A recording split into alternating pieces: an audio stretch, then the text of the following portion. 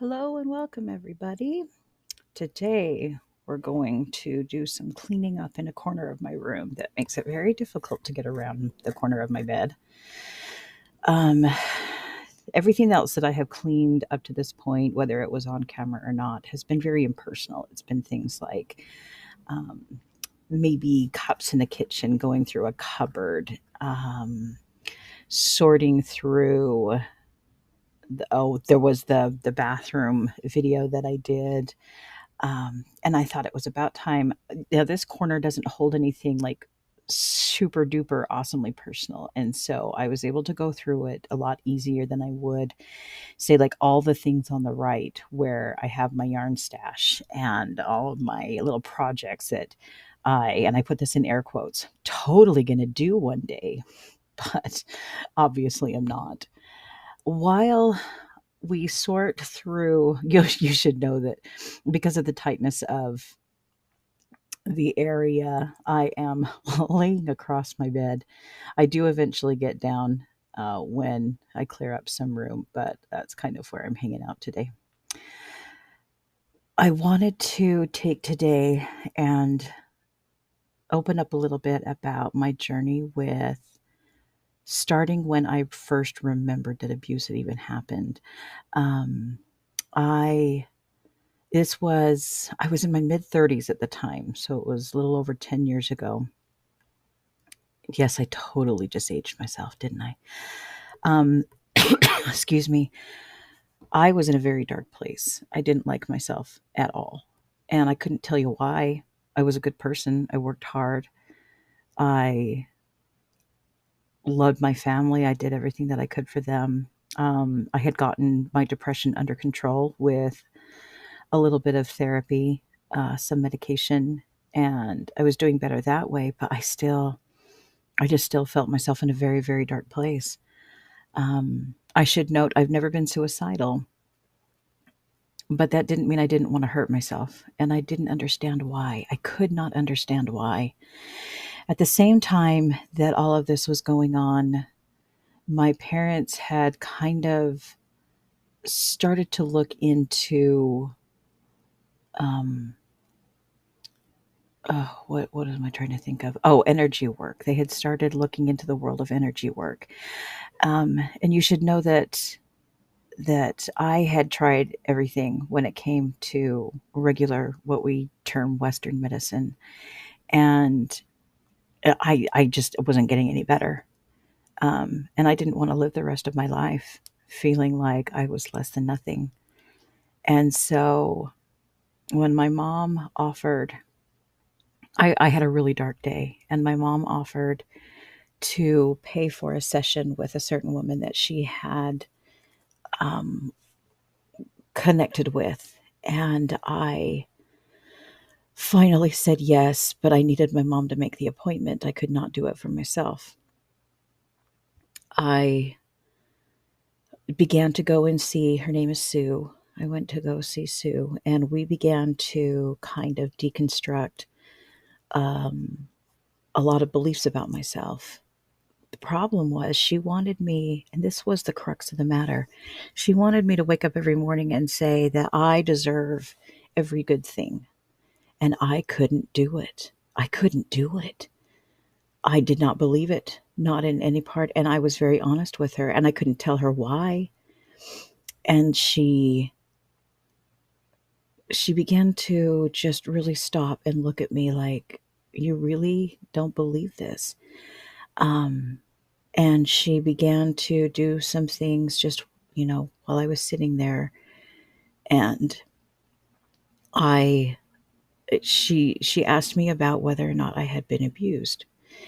The interesting thing is, she's not the first energy worker who had asked me that. I had been going to see someone about my skin because my skin is not only incredibly itchy, but I break out in giant rashes. Doctors claim it's eczema, but it doesn't present as regular eczema or psoriasis, especially in the way that it traveled around my body. She set me a task to go home and write down everything I thought about myself, uh, whether it was negative or positive. She especially wanted me to write down things that were negative so that I could get those out of my system, get them out of my body, get them out of my head, out of my mind. And I said, okay, I'll do that. And so I went out in my backyard and I started doing that. And I filled up about 3 pages of things I absolutely hated about myself. And then something magical happened where I actually thought to myself, hey, I don't deserve bad things. But it was very quick, it was very fast. Later that night, as I was in bed, I just felt very unsettled, very antsy. And I began to think about how I couldn't lay down on my back. I've never been able to lay on my back. It makes me dizzy, it makes me nauseous. I am always a side or a stomach sleeper. And the thought came into my mind. I have no idea where it came from, but it said, I wonder if the reason I can't lay on my back is because he was on top of me. And I began to panic. I went through a massive, major panic attack. I had to leave the bedroom and go into the living room in the hopes that my husband wouldn't hear me. I freaked out, and I couldn't believe it. I mean, I had absolutely no memory of this in the first place, absolutely none. And all of a sudden, all I can think about is how he's on top of me. Um, and I began to think of the who. Who was it? And a um, face popped into my mind, and it was a neighbor. It was the neighbor of my best friend at the time that I was living in a certain house. And this took place during about the time that I was about 3.5 until I was about 8.5. And the first thing that came to my mind was forgive him. The words, forgive him, for what his father did to him was so much worse than what he did to you. And that was mind boggling because I was already freaking out. Um, but I later came to realize I wasn't forgiving him for me or for him. I was forgiving him for me because I couldn't hold on. I can't hold on to that anger. It is so draining and so wearing. And so I can forgive him. However, I also know that the Lord has this in hand and that it is up to him to determine what will happen to this man. We're going to call him Joe. Um, that was the name he went by, even though we have later found out that was not his actual name. He, I'm trying to decide just how far into this to get. Anyways, at the time I was remembering this, I was flabbergasted. I couldn't believe that I had forgotten something like this. In studying upon it since then, of course, I know that it's a defense mechanism so that you can continue to handle life. Um, I had no idea what kind of road I was about to embark on. Um, I had no idea the evils that had been perpetrated not only upon me but upon other children in the area. Joe was good at what he did. He had me pretty quickly, and part of it also is that I was just so good at. I just wanted to be a good girl. I remember sitting at the computer desk one night, just so upset and just repeatedly saying, I just want to be a good girl. I just want to be a good girl. And that's all I wanted to be. And that's what he tricked me into thinking, was that in order to be a good girl, when they would babysit me, I had to do, or if I was over playing with my friend, I had to do what I was told. But then it fairly quickly went from doing what you're told to, if you're going to be a good girl, you can't tell what we're doing. And I was so confused. I spent a lot of time being confused during these years. Nothing really made sense. but that's part of how they get you. He used different tactics. One of those, and this is the only one that I'll go into explaining, was he had a tarantula, and I have such a giant fear of spiders, and so to have a giant spider, he would use that to threaten me into doing what he wanted me to do. Um, didn't didn't like that. I still can't look at spiders, whether they're big or small, in any good way. I'm trying to think of where to go next. Um, I had no idea the extent of the abuse. At first, it was just mostly just trying to reconcile myself to the fact that it even happened. I had I told my parents. They had somebody in their church who was a um, a psychiatrist, and he was willing to talk to me. He did it just kind of part time and didn't take our insurance, so we just kind of had to do it out of pocket for as long as it was. And it was mostly me coming to recognize and realize that I had a lot of choices of my own to make during this time. One was as it was said at the beginning, do I forgive him? And I have figured out that forgiveness it's a constant choice that we have to make. It's not something that I just automatically decide I forgive you and then I'm good for the rest of my life. It's not how that works. Sometimes it's day to day, sometimes it's hour to hour, sometimes minute to minute as memories would come back. Um, he had me write Joe a letter, and then I remember there was one time that he had me read that letter out loud and then cross over to a different chair and pretend as if I was Joe and talk back. That was a very uncomfortable place to be. If there was anything I didn't want, it was to be in his head. But it was freeing in a way as well. Um, I knew that he had been abused. I knew that he had been bitterly and horrifically abused when he was younger than me and well into his teenage years. In so many ways, he didn't have a choice to get out.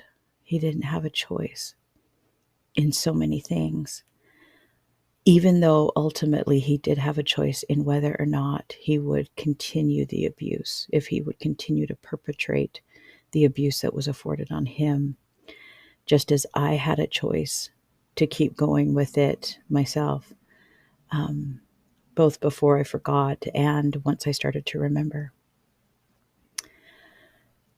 After the therapy stopped, um, I was good for several years, actually.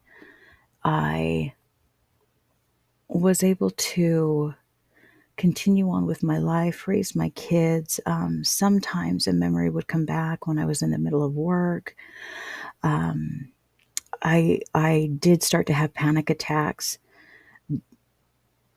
and several things led me to, how do I put this? To start to think that maybe there was something more going on, especially once I started getting bad again. Um, and this was several years later. I have been in actual therapy for about 3.5 years now. And that happened when the memories really started coming back hard. And then other things began to happen as well. I began to suspect that there was more than just me in my head. But when it came to looking up information on multiple personalities, or what they call dissociative identity disorder now, I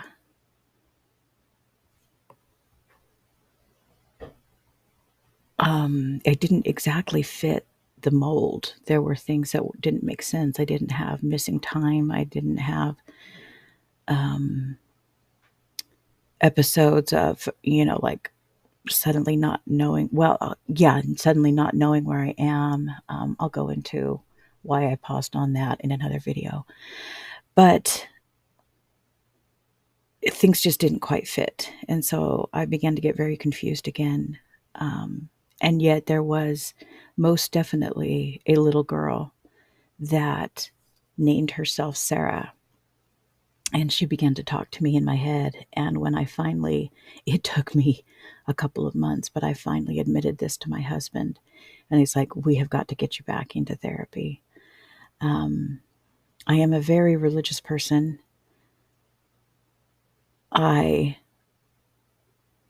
really prayed hard about who would be the best person to help me, and I got someone amazing. Um, my doctor, I'll call her Dr. H. She has been such a staunch believer in me and what's going on with me, and she helped me make sense of the things that was going on in my head. It looks like my time is almost up. So I, whew, that was not easy. I, when I first got the impression that I needed to start this YouTube channel, I knew ultimately that it wasn't just about doing crafts or making changes in my physical world around me, like cleaning up. It was going to be about sharing my story. I will be sharing more of my story. I don't know how in detail I will get. This is YouTube after all, and we need to be cautious.